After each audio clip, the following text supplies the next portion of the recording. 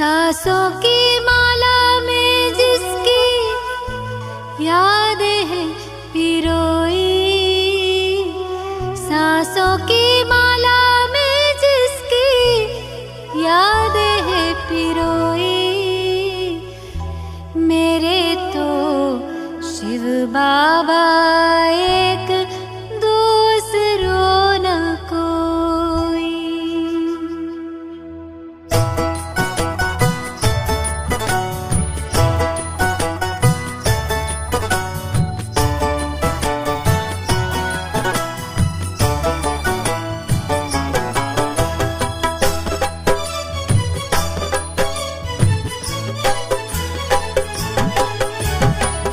सांसों की माला में जिसकी यादें हैं पिरोई, सांसों की माला में जिसकी यादें हैं पिरोई, मेरे तो शिव बाबा एक दूसरों न कोई, मेरे तो शिव बाबा एक दूसरों न कोई।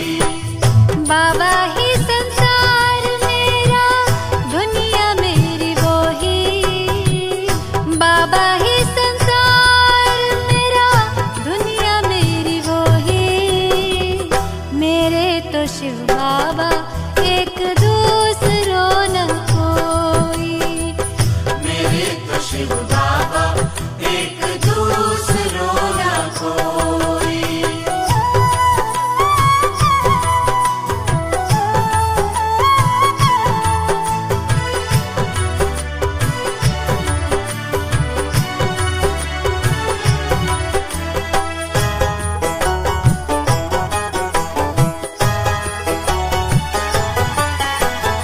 एक उसी से दिल का रिश्ता, एक उसी से नाता है,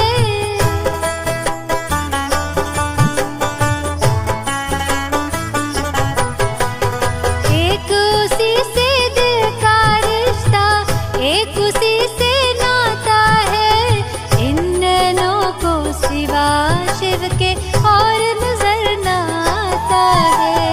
इन नैनों को सिवा शिव के और नजर न आता है।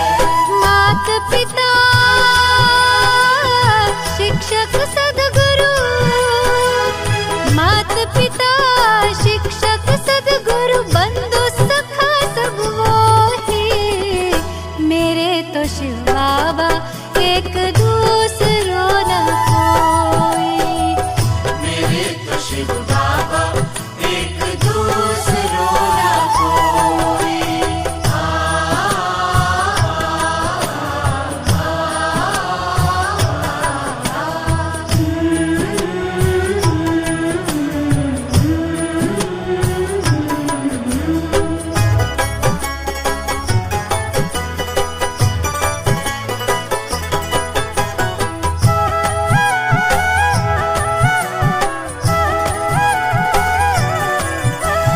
जब से उसको जाना है ऐसा मिला खजाना है,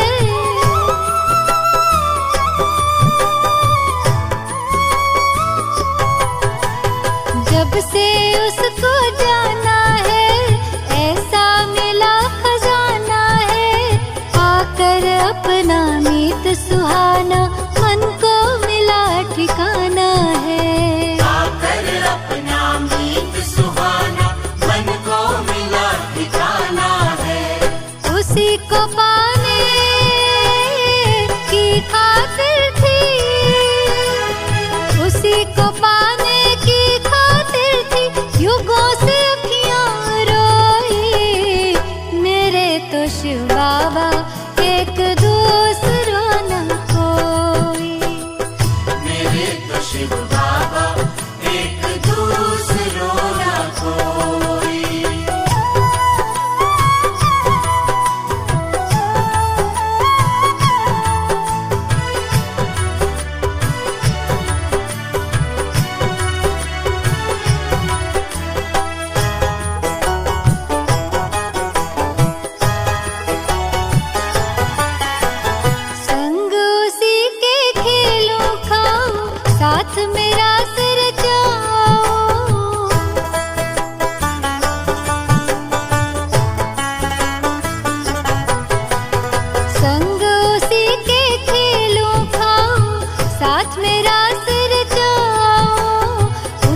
याद में, उसके प्यार में सारे सुख अब मैं पाऊं। उसकी याद में, उसके प्यार में सारे सुख अब मैं पाऊं।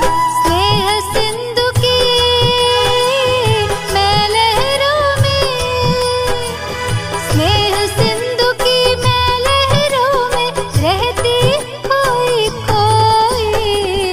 मेरे तो शिव बाबा एक दूसरों न कोई।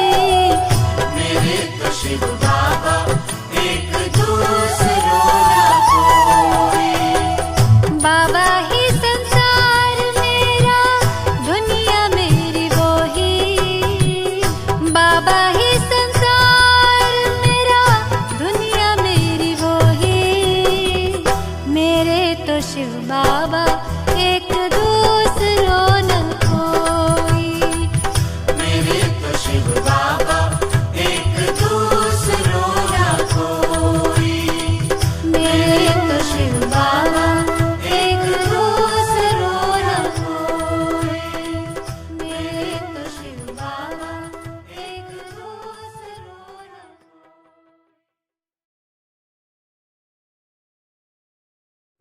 ओम शांति। 7 जून 2023। प्यारे बाप दादा के मधुर महावाक्य।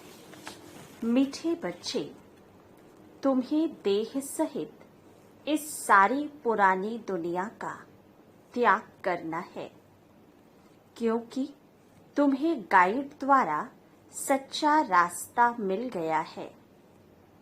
प्रश्न, ईश्वरीय प्लान के अनुसार किस कर्तव्य में कल्याण समाया हुआ है? उत्तर, यह महाविनाश का जो कर्तव्य है, जिसमें सारी बेहद की पुरानी दुनिया खत्म होनी है, इसमें कल्याण समाया हुआ है।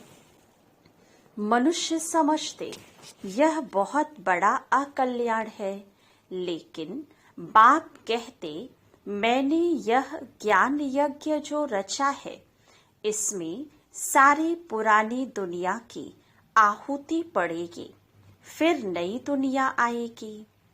गीत ओम नमो शिवाय। ओम शांति। बच्चों ने गीत सुना।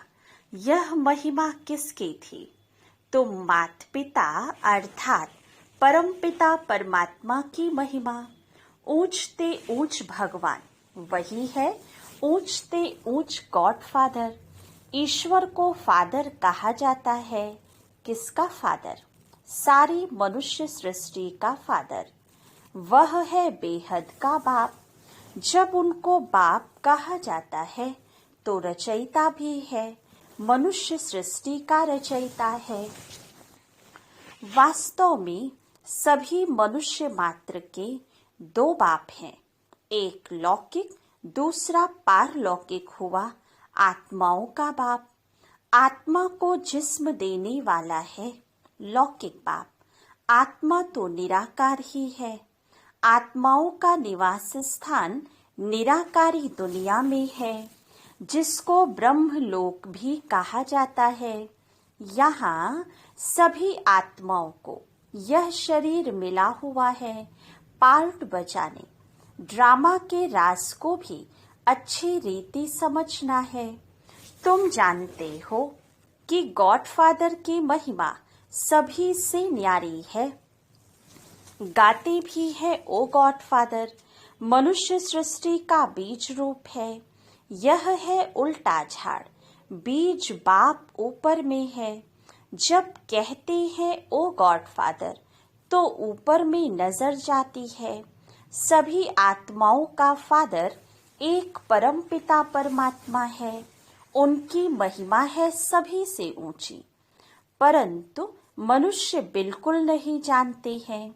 सभी आत्माओं का फादर वह निराकार बाप और फिर साकार बाप प्रजापिता ब्रह्मा, जिसको आदि देव महावीर एडम भी कहते हैं, जिस द्वारा निराकार परमपिता परमात्मा मनुष्य सृष्टि रचते हैं।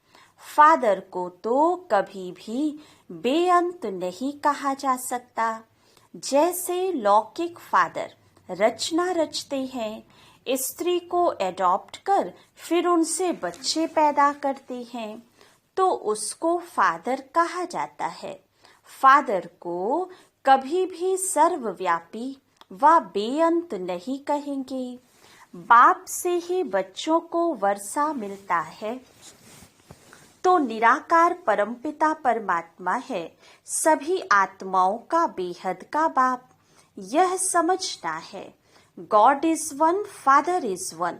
अभी आत्मा अपने फादर को भूल गई है। फादर को भूलने के कारण सभी मनुष्य मात्र ऑर्फन बन गए हैं। फादर को ना जानने कारण बहिष्ठ को यानी रचना को अथवा भाई बहन को याद करते रहते हैं। फादर को भूल आपस में ही लड़ते झगड़ते रहते हैं, निधन के बन पड़े हैं। वर्षा मिलता ही है उस बाप से। ब्रह्मा विष्णु शंकर भी उनकी रचना है। ब्रह्मा विष्णु शंकर है सूक्ष्म वतन वासी। सूक्ष्म वतन के ऊपर है मूल वतन, जहाँ परमपिता परमात्मा रहते हैं। हम आत्मा भी वहाँ के रहवासी हैं। आत्मा कहेगी वह है स्वीट गॉडफादरली होम, निराकारी दुनिया। इन वतनों को जानना है। 3 लोग कहते हैं, मूल वतन, सूक्ष्म वतन और स्थूल वतन। ऊंचते ऊंच है बाप। करण करावनहार क्रिएटर डायरेक्टर परमपिता परमात्मा है। पहले ब्रह्मा विष्णु शंकर को क्रिएट करते हैं, फिर ब्रह्मा द्वारा ब्रह्मा मुख वंशावली ब्रह्मा कुमार कुमारियों को एडॉप्ट करते हैं। दिलवाड़ा मंदिर में भी आदि देव दिखाया है, नीचे तपस्या कर रहे हैं। तुम्हारा ही यादगार खड़ा है, जिन्होंने भारत को पतित से पावन बनाया है, उन्हों का यादगार खड़ा है। सभी सजनियों का साजन एक ही है। बरोबर मंदिर में जगत अम्बा और जगत पिता बैठे हैं, राजयोग की तपस्या कर रहे हैं। भगवान वाच, मैं ब्रह्मा तन द्वारा बैठ तुमको राजयोग सिखलाता हूँ। जगत अम्बा भी है, प्रजापिता ब्रह्मा भी है और ब्रह्मा कुमार कुमारियां भी है, अधर कुमारियां भी हैं। मंदिर वाले खुद नहीं जानते कि कुमारियां कौन, अधर कुमारियां कौन हैं। जरूर जगत अम्बा जगत पिता के बच्चे होंगे। उन सबको बैठ राजयोग सिखाते हैं। पहले पहले ब्रह्मा को कैसे रचते हैं वह भी बताते हैं।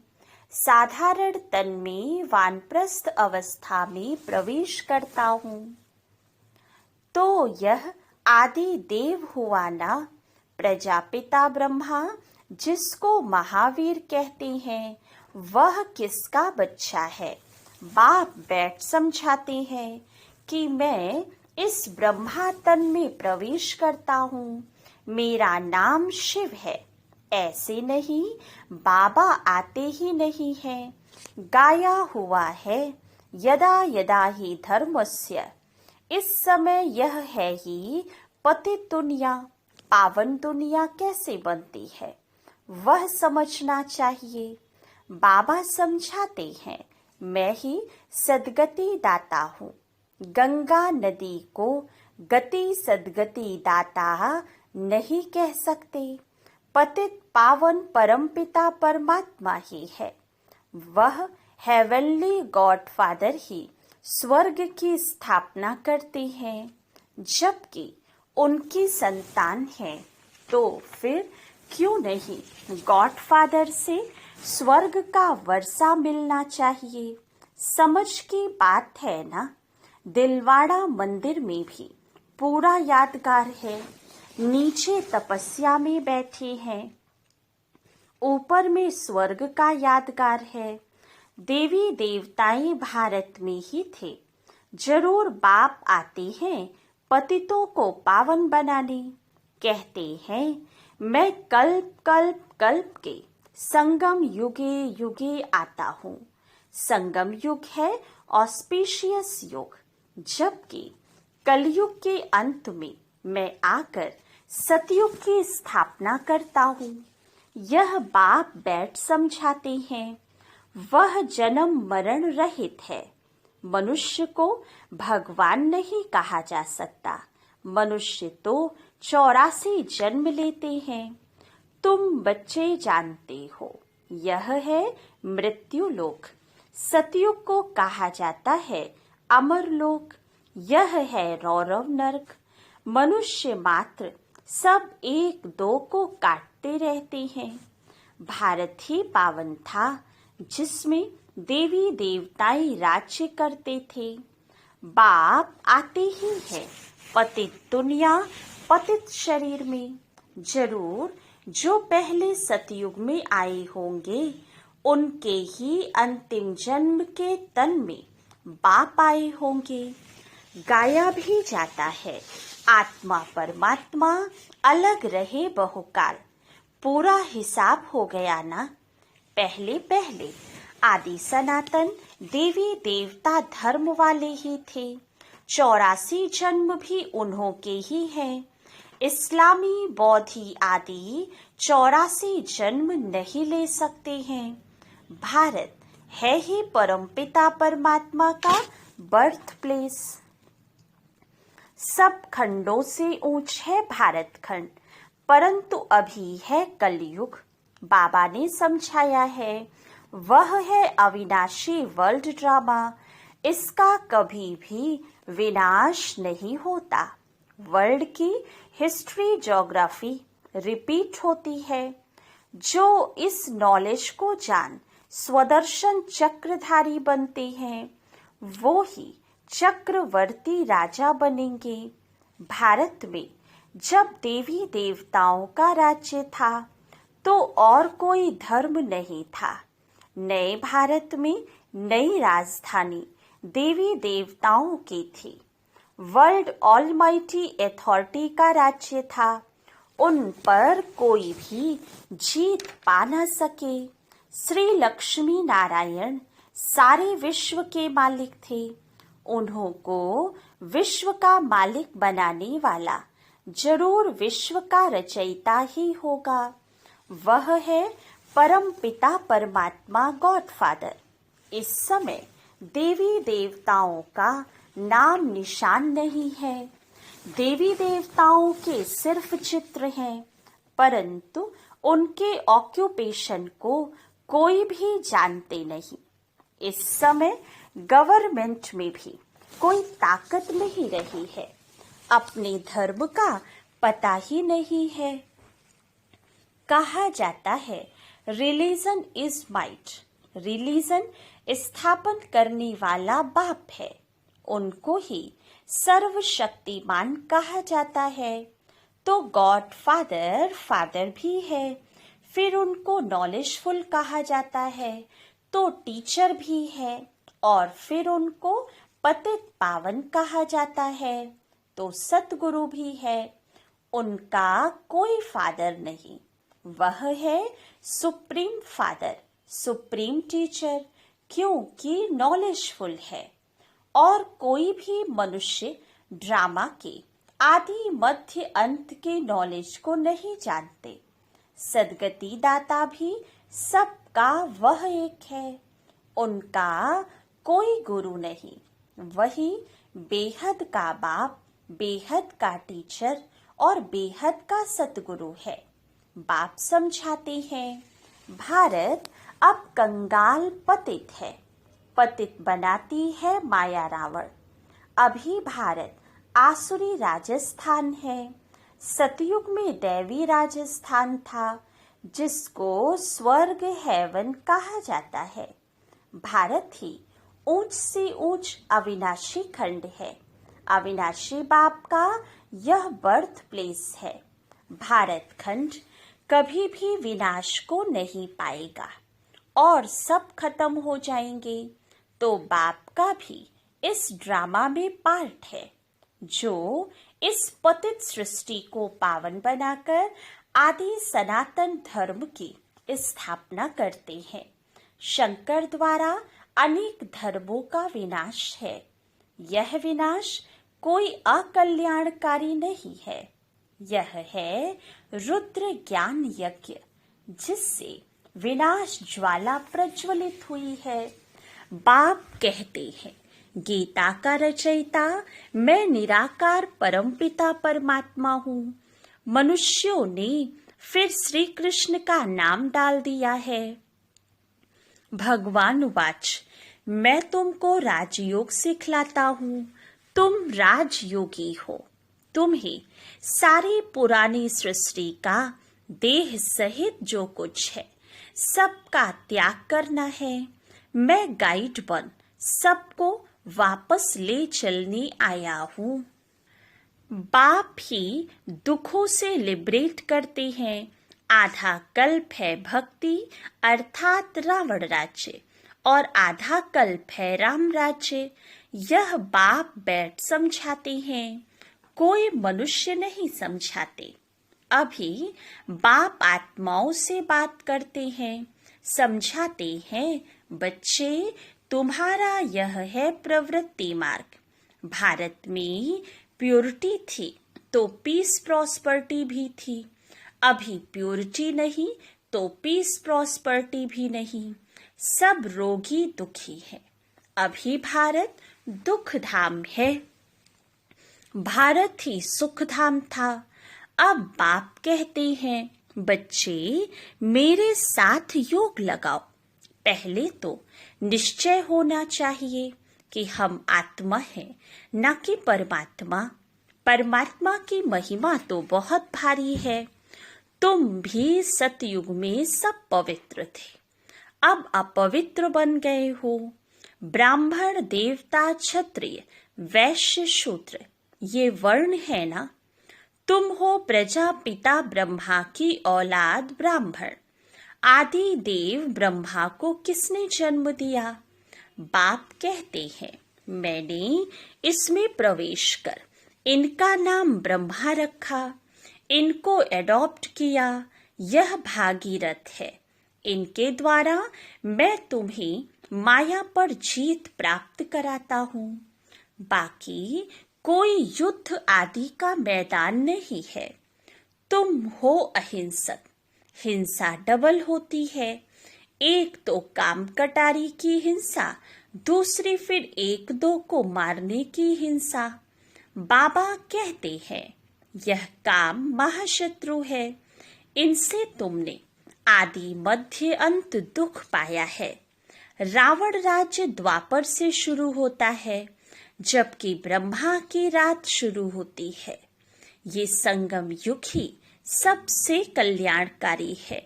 पीछे तो नीचे उतरते जाते हैं। देवता से क्षत्रिय, क्षत्रिय से वैश्य, शूद्र वर्ण में आना ही है। जो ब्राह्मण धर्म के होंगे वो ही आकर ब्रह्मा कुमार, ब्रह्मा कुमारियां बनेंगे। बाप समझाते हैं, भारत जीवन मुक्त था, अभी जीवन बंद है। बाबा आकर सेकंड में जीवन मुक्ति देते हैं। बाप से भारत को कल्प कल्प बेहद सुख का वर्षा मिलता है। मुक्ति, जीवन मुक्ति का वर्षा मनुष्य मनुष्य को दे ना सके। पार ले जाने वाला एक ही सतगुरु है। तुम विश्व के रचयिता बाप द्वारा विश्व के मालिक बन रहे हो। बाप कहते हैं, मैं तो निष्काम हूँ। ब्रह्मा द्वारा तुमको विश्व का मालिक बनाकर मैं वानप्रस्थ में बैठ जाता हूँ। गाया जाता है, दुख में सिमरन सब करे, सुख में करे न कोई। अब सब भक्त एक भगवान को याद करते हैं, फिर सर्वव्यापी कह देते हैं, तो भक्त कैसे ठहरे? ये उल्टा ज्ञान है। बाप तो रचते हैं मुखवंशावली, तुम हो प्रजापिता ब्रह्मा की मुख वंशावली, वह ब्राह्मण है कुख वंशावली। वे जिस्मानी पंडे और तुम हो रूहानी पंडे। बाप सब आत्माओं को कहते हैं, अब तुम मुझ बाप को याद करो।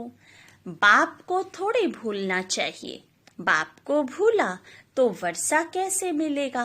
बाप कहते हैं, माँ में कम याद करो, बाकी सब रचना है, उनसे वर्षा मिल नहीं सकता।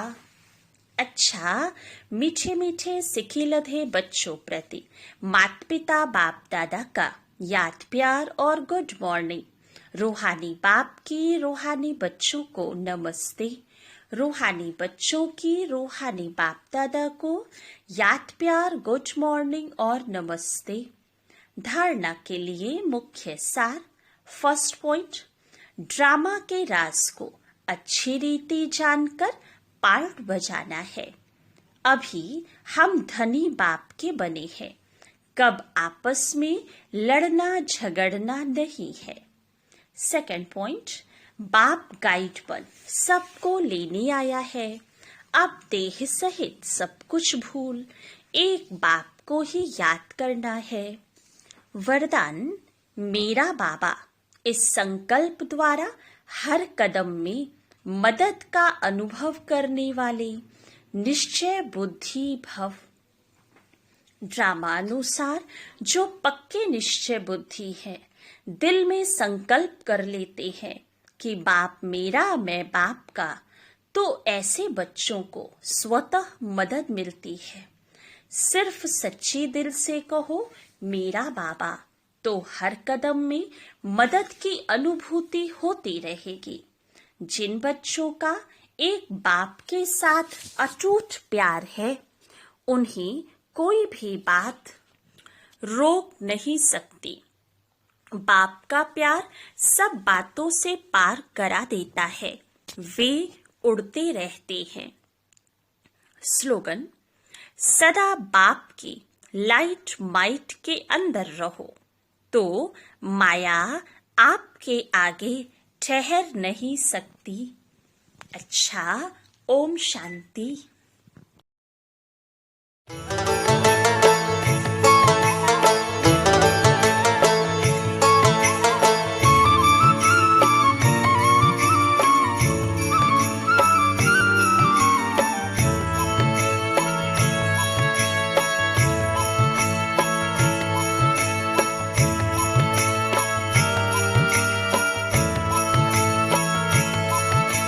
चलो मुसाफिर अपने घर,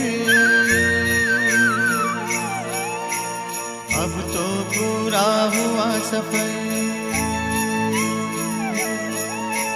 चलो मुसाफिर अपने घर, अब तो पूरा हुआ सफर। बुला रहा है वतन तुम्हारा, मुख का रुख अब करो उधर। अब तो पूरा हुआ सफर। चलो मुसाफिर अपने घर, अब तो पूरा हुआ सफर।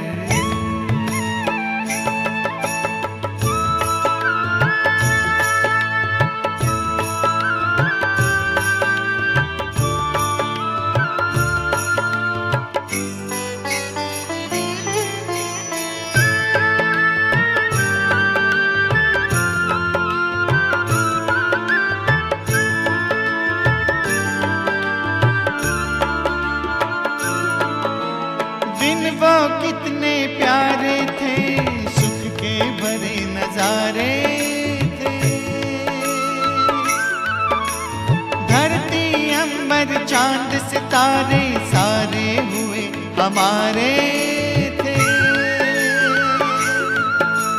कब आएंगे दिन फिर कर, याद आते हैं रह रह कर।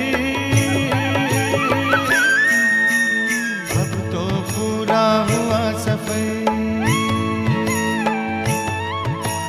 चलो मुसाफिर अपने घर,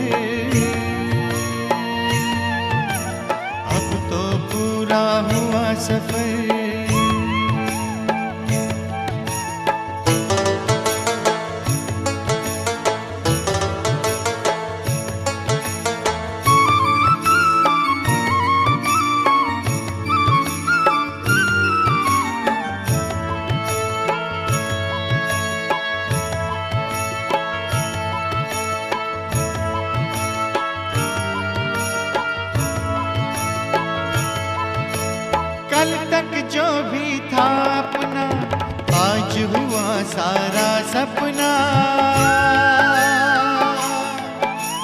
भूल गए निज घर की राह, पाए दुख ना जिसकी था। पग पग पर खाए ठोकर, चूर हो गए हो थक कर। अब तो पूरा हुआ सफर, चलो मुसाफिर अपने घर। अब तो पूरा हुआ सफर।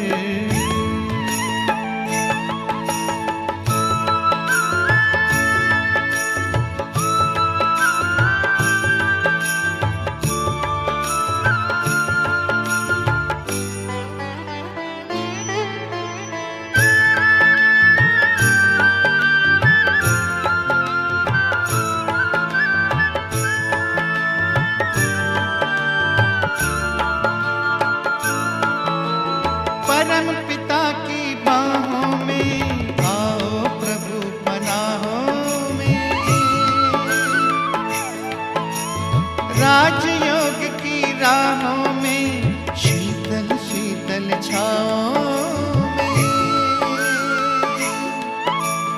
अगर मगर की छोड़ डगर, नजर करो ना और किधर। पूरा हुआ सफर, चलो मुसाफिर अपने घर। अब तो पूरा हुआ सफर, चलो मुसाफिर अपने घर। अब तो पूरा हुआ